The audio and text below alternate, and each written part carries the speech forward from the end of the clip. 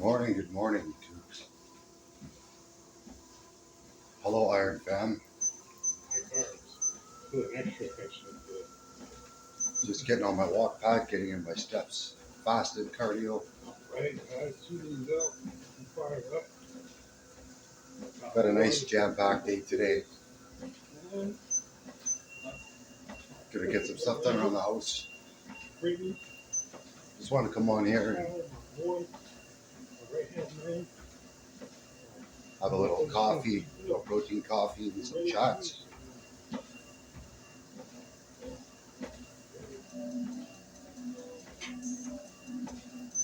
So,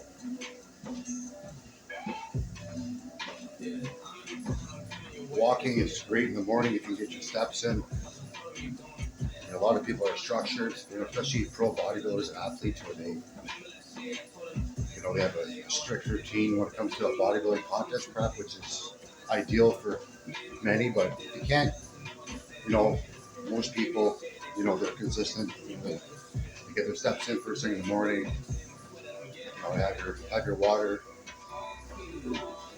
But the steps, man, the most simple tool we have access to in life is walking. It's so beneficial, especially that I've noticed over time. I would try to get my steps in whenever I could, but ideally, walking in the morning wakes your brain up, gets the blood flowing. It's good for metabolism, digestion, everything. It works. It's a simple tool. So, but yeah, I mean, I wanted to dive into a little bit of fitness and walking and nutrition. Like, one thing that is, I guess I'm speaking a lot of from a bodybuilding standpoint, but like, when it comes to training and walking and cardio, if you're in a contest prep or off season, ideally the most key thing is, and what I've learned from my body, I've coached myself 3 out of 6 shows that I've competed in, and my coach was awesome back in the day. He's taught me so many things. Like, shout out to my coach, man. Huge inspiration, man. He knew my body. He dialed me in. He got me some top spots, all qualifying spots. So I'm grateful for that. So yes, I just wanted to talk about that. About the bodybuilding. For example, some people, hey, if you're a morning person and you go to the gym and you love to lift in the morning and do your cardio because that's the only time that your day allows you to do so, then you know what? That's your routine. That there's nothing wrong with that. That's actually fantastic. These the 5 a.m. club, they call it. Like, these people are just, hats off to you guys, man. I can't do that. But like, say for example today, I got a jam-packed day. I got so much going on, and yesterday was something that I didn't beat myself up over, but we talked about, I got to get to the gym. I got to train 7 days a week. No, you don't. I started really taking advantage of and really realize the importance of reset days. I like to call them reset days, rest days. Just reset your CNS system, your body. We put our bodies through a lot of stress, right? There's the I can't even say the word. There's your CNS, your central nervous system, and then there's the parasitic nervous system, your PNS. So they're basically, it's your body's, you're putting your body under a lot of stress and breaking down muscle tissue, and you're affecting your joints, your ligaments, your tendons. So having, so some people love to do active rest days, which there's nothing wrong with that. It's not like it's a reset or rest day. You just sit around and do nothing. Still get your steps in, get that blood flowing, lubricate the joints, stay fresh and healthy. But honestly, when I had the opportunity, like I said, I'm not, so I guess going back to my original point was, I don't have the luxury of, I'm going to get up and get my steps in the morning. But when I do, it's, there is a night and day difference with that, and it's just incredible. So, even a short burst to walk, it doesn't have to be this hour-long session. Have a moderate pace, about 10, 15 minutes. That's all you need, really. And I knew I had to cave in. I'm like, I had to get one of these walk pads. So I was on Amazon. I remember back in late May, early June. And I'm thinking to myself, you know what? Amazon days are here. There's going to be some great deals. And there was. And I didn't know. I mean, I saw the measurements on this walk pad. And I'm like, okay, it seems big enough. And I see everybody online. Everybody's into these walk pads or a treadmill, but these walk pads are convenient. They're light, they're portable. You can move them around your house wherever you'd like. For now, I've set mine in the kitchen upstairs in front of the TV. Usually in the morning, just complete silence. I just unload, relax, unwind. I don't even put the TV on. So right now I got a podcast on, watching some bodybuilding stuff, but I have to laugh at first, man. These things are, they're a little tricky. It's a little smaller than I thought. It's narrow, it's not very long. So I remember I got on it and I pressed the remote and it started taking off. And I was like, oh, geez, I've lost my balance like 3 or 4 times. So I had it between this wall here. I had the back of the chair right here. So I had to hold on to both sides for the first week. It was hilarious. But now, I mean, I don't have to look down anymore too much. I just look down and see how many miles. There's got miles, I think. I think it's up in miles per hour or kilometers. I don't know. But it shows your step count and how fast you're going. This one doesn't have an incline. But my recommendation, hop on Amazon and get yourself a walk pad. I forget the model number of this one. But, here in Northern Ontario, we have harsh winters and you don't feel like going outside to get your steps in. If you're looking for a space-saving piece of equipment for your cardio, all day long, walk pads. So today, talking about active rest days, it was much needed, and coming off a bodybuilding contest prep, each one's different, and every athlete will tell you the same thing, your body's, your mind and your body are unloading from the intensity and the workouts and how much your body was broken down through a prep, restricted to foods, and just, you're in a caloric deficit, and it's crazy. It's this one mentally, aside, I didn't place very well, and I'm very fortunate. It wasn't about even that. I mean, the fact that I went there and made it to it, and it taught me so much more, and I opened up my eyes to the sport of bodybuilding so much more. I connected with so many great athletes from all over, and it was just one of those preps and one of those shows that it was different. It was just incredible. It was like, because like I said, no prep is the same as another prep. They're all different. Not one's the same. If that makes sense.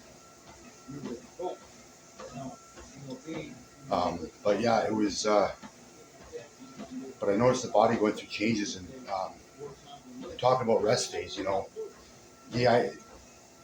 The ideal peak week, we call it, when we start doing, I think most athletes and bodybuilders, they start doing water, salt, and food manipulations in terms of their carbohydrates and their proteins.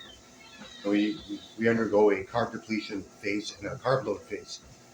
Some people run the same diet right through with very minimal manipulations. So, but just after that show, it's like, wow. So, you typically want to, if your show's on a Saturday morning, your prejudges are Saturday 10 a.m. Your fouls are, your typical bodybuilding show. It's usually prejudges in the morning, Saturday, and then your finals Saturday night. But so ideally, your last training was actually Wednesday. Wednesday should have been, just light pump work, full body. And I had a perfect setup, and it worked for me every time. But things can change over time. Your body can change over time. Your metabolism, the way you respond, to different things, of course. With training and nutrition and everything else alongside of that. So,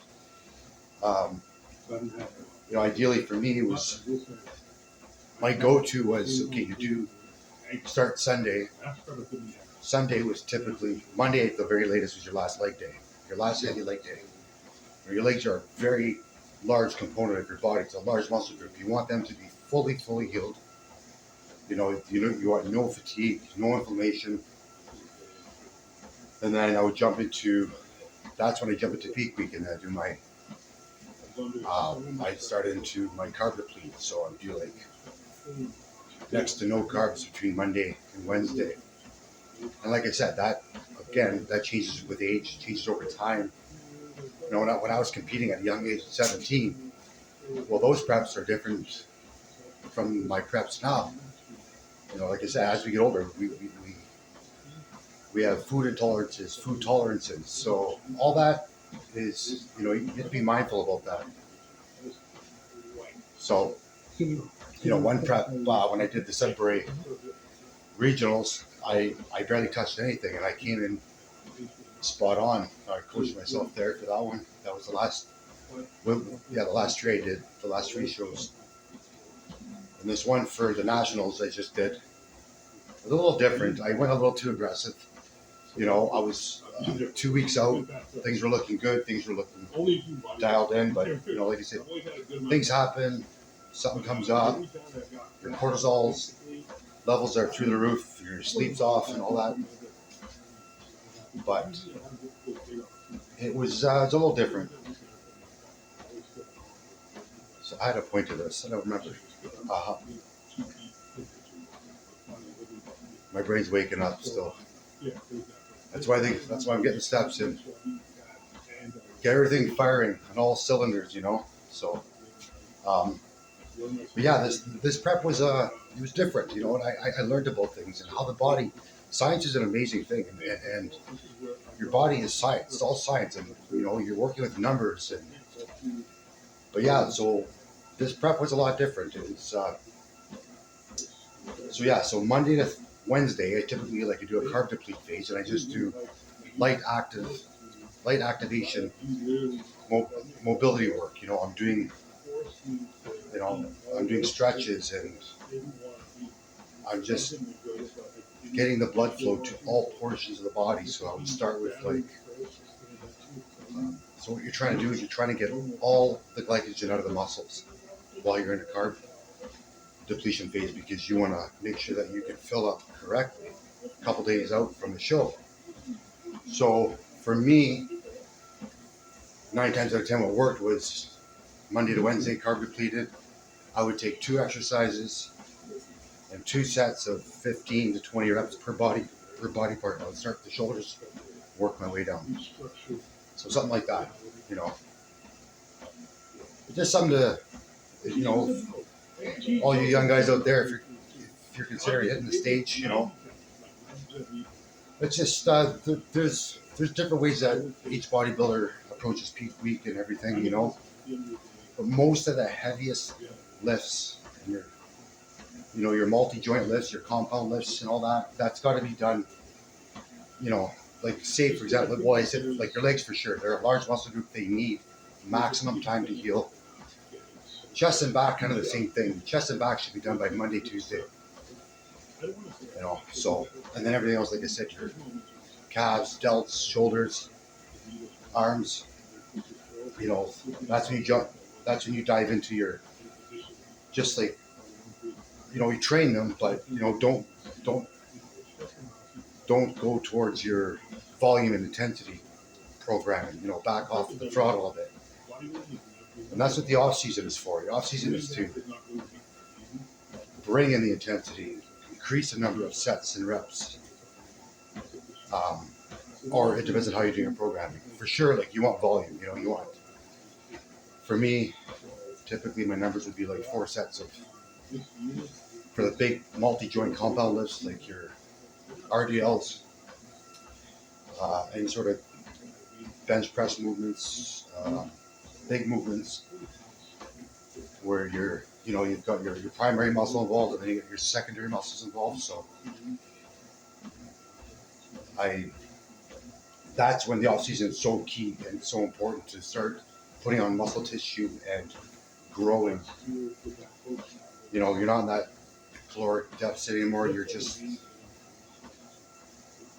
like there's so many nuances out there with calories and topics, and it's just basic. If you know your body, you know how your body's responding and adapting. I'm jumping all over the place a bit, but ideally, when you're off season, deep in off season, 6 months out from a show, that's when you go hard. That's when the intensity cranks up, the volume. Your number of exercises. You're doing 5 or 6 exercises for your legs, and 4 or 5 sets. And then you have what you call your accessories, your detailed exercises, what brings in detail to the muscle. Which would be, something around the lines of, for example, 3 sets of 10 to 15, something, just for example. So during peak week, that's when you use your accessories. I'm getting back to peak week. You use your accessories. So leg curls, seated leg extensions. Definitely utilize anything with machine work. Not so much the free weights. For about 6 weeks out, I start utilizing machines more than anything. I want to keep tension on that muscle and some intensity. And like I said, all the big work, all the volume work, all the compound lifts should be hammered out in your off season. As you approach the show, you strategize a bit. Okay, you're still putting in that work. You're still going hard, but that's what off season's for. And this prep was a little different for me. I mean, it's amazing how resilient and how adaptive our bodies can be. They said wasn't the best off season for me, but I mean, it's amazing to see how the body transforms. Because I backed off the throttle January, February into March. I had to, but it was a health concern, and I had to address that. I wasn't going to ignore it. So, having said that, I mean, it's like, okay, I was still moving, I was still lifting, but I was very cautious, very strategic about it. It was well planned out. And when I had the green light from healthcare professionals, I went like a wild bull out of the gates, man. I charged out my workouts and I made up for lost time, so to speak. I mean, but yeah. Anyways, just want to do some morning chats, a little coffee, having my protein coffee, having my water. Actually feeling really good right now. Almost 20 minutes in. They said your steps. I like to do 3 miles an hour. I think this is 3 miles per hour. No, I'll just, you know what? I don't want to give the wrong information. This, whatever it may be, I'm going to look at the instructions, but I'm walking at 3.0. And steps for, oh yeah, that's one thing I want to touch on, cardio. People are trying to strip fat off them, and they're trying to like prep for the show, and it's like, start hammering down cardio 6 weeks out. No, all year round. You know, taper the cardio off really close to the show, of course. You know, because that's, like I said, all the hard work should have been done 6 months prior. But 6 weeks out from a show, and then closer, you know, adjust your cardio, adjust your training intensities, your volumes, your sets, reps, exercise selections, is everything, which I'm learning. Mind muscle connection, which these pros, you know, they can't stress enough about mind muscle connection and properly doing an exercise. And that's something I'm always learning and researching, is body mechanics and mechanical tension, and how to really tap into that muscle that you're working. You know, trying to visualize how that muscle works, how the muscle fibers actually run under the skin. And in doing so, just like a quick comparison, like when my coach had me doing things way back. Okay, I was young, of course. I mean, I didn't know a whole lot. I was, you know, I wanted to be a bodybuilder. You know, I started at the age of 16, and now I'm 45. But I remember just, okay, yeah, he had my programs. Okay, got the programs laid out to do the exercise.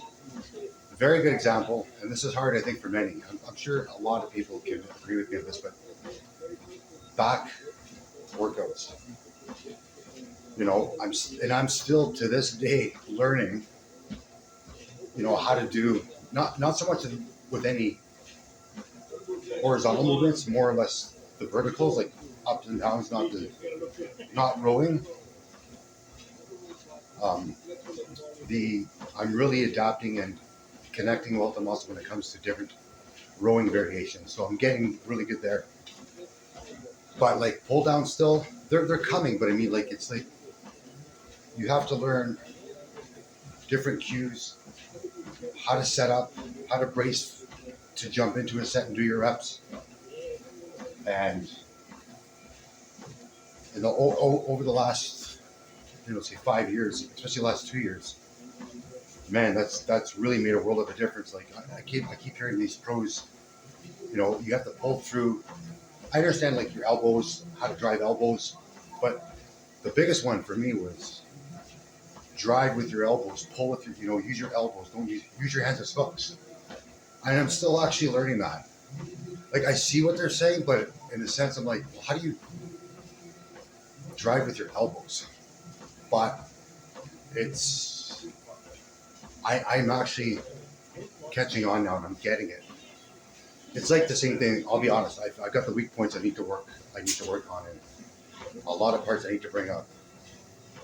One of them is my chest, because when I diet down, fullness goes. I mean, I've got great detail. You know, I got my upper shelf. Great. I'm striated. You know, there's a lot of aesthetics there. There's a lot of very, very well detailed, but the outer chest, the lower pecs. So I'm still learning even on certain pressing movements. I'm still trying to learn. You know, try and leave your arms out of it. You know, try and leave your arms out of it. You know, your shoulder involvement, your triceps. So there's different angles and pitches and setups and how to brace yourself. So it's all things that we learn as we go along. And even the pros, it's amazing. You know, they still learn, and they're still adapting to new ways and their new programs and what their coaches offer them. It's incredible. Like it's an abundance of knowledge. You cannot learn enough, and something else comes out, and it's always educational. That's why I'm so passionate about this. From an educational standpoint, from a spiritual mind and body standpoint, you know, overcoming challenges and you know, it's just one unique journey. It's one of those sports that it's just, I don't know. I said, I can't find the words right now, but I'm married to bodybuilding. I'm committed fully. So that's why I decided, you know what? Things were personal for me in my spot, my equipment. You know, it was a great thing for me. It was. It was a milestone for me. I started that. I started my gym basement for now. Like everybody else, start small, start somewhere. I started in an empty room, just a bare room, a single guy, no kids, no family. I'm like, well, it's not going to be a rec room. I'm not going to set up a TV room. I mean, it'd be kind of cool, or a games room, but I'm not into pool or games or anything.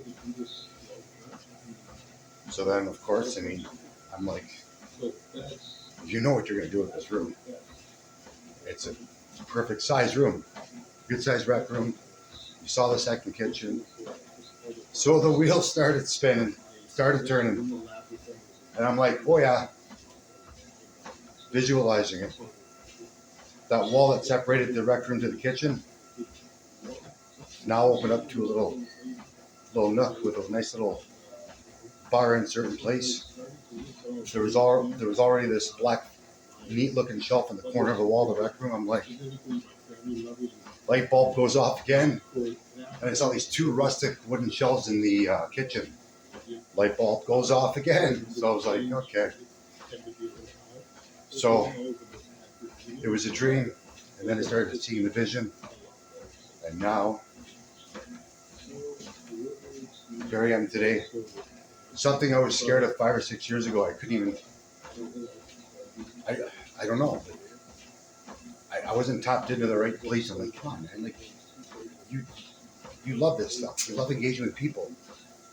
You love to help people. You love to get out there and do things. And you know, you're a people person. This is your calling. This is your gift. So I meant for this to be a 10 or 15 minute little, you know, walk and talk. Protein coffee. So I grabbed onto the wall. Practice safe steps. Anyways, I'm content. I'm happy. Almost got 30 minutes in. You know, empty stomach. Got the water in. Got my coffee going. Got a lot of stuff going on today. So just still working in the iron headquarters. And he said something that I wanted to now open my arms and open my heart and open my door to you guys. It's a little different, and that's what I like about it. I wanted to feel very like family oriented type atmosphere, you know, all ages, all is welcome. You know, it's a small space, of course, so we got to plan this and do the scheduling very strategically, which is, you know, we'll make it happen and we'll make it work. So anyways, on that note, I'm going to get done here. Going to get my breakfast in, which is going to be a bowl of cream of rice with blueberries. Never gets old. Or rice cakes. And some eggs, egg whites. So I got some content coming up today. I'm going to call it the doubler. Since yesterday was a very, very good, much needed rest day, reset day. I did some yard maintenance, some yard work outside, and that was it. You know, I just ate some food, good healthy foods. You know, I had one beef and rice meal, chicken and rice, egg whites. I had some fruits and vegetables in there. So I mean, I'm well nourished for the day today, because there's going to be an AM arm session going down. Or I'm going to see how this is going to plan out. Depends. I'm waiting for a few calls here, but I'm going to do some content, just some tutorials as I'm on the go. I mean, I might be quiet for some of the workouts, but but it is officially a day where I'm gonna lock in here, and it's leg day. So, and I'm doing arms. So I thought about planning that. Like I said, the steps right now, getting, like my day going. So I don't know. I figured, like I said, it depends on how things are gonna pan out here. I'm gonna be doing arms at the start of my session with legs, since my biceps are a weak point. They need work. So I'm gonna do a little arm work probably before my leg workout, or separate them. I'm not sure yet, but that's what's coming. And it is time to do a meal prep series. Little video there. So I'll just do my setup in my kitchen, show you guys what I do, just the way I do things, and yeah, we're gonna go from there. So on that note, I'll see you guys shortly. Have an awesome day. Iron grind.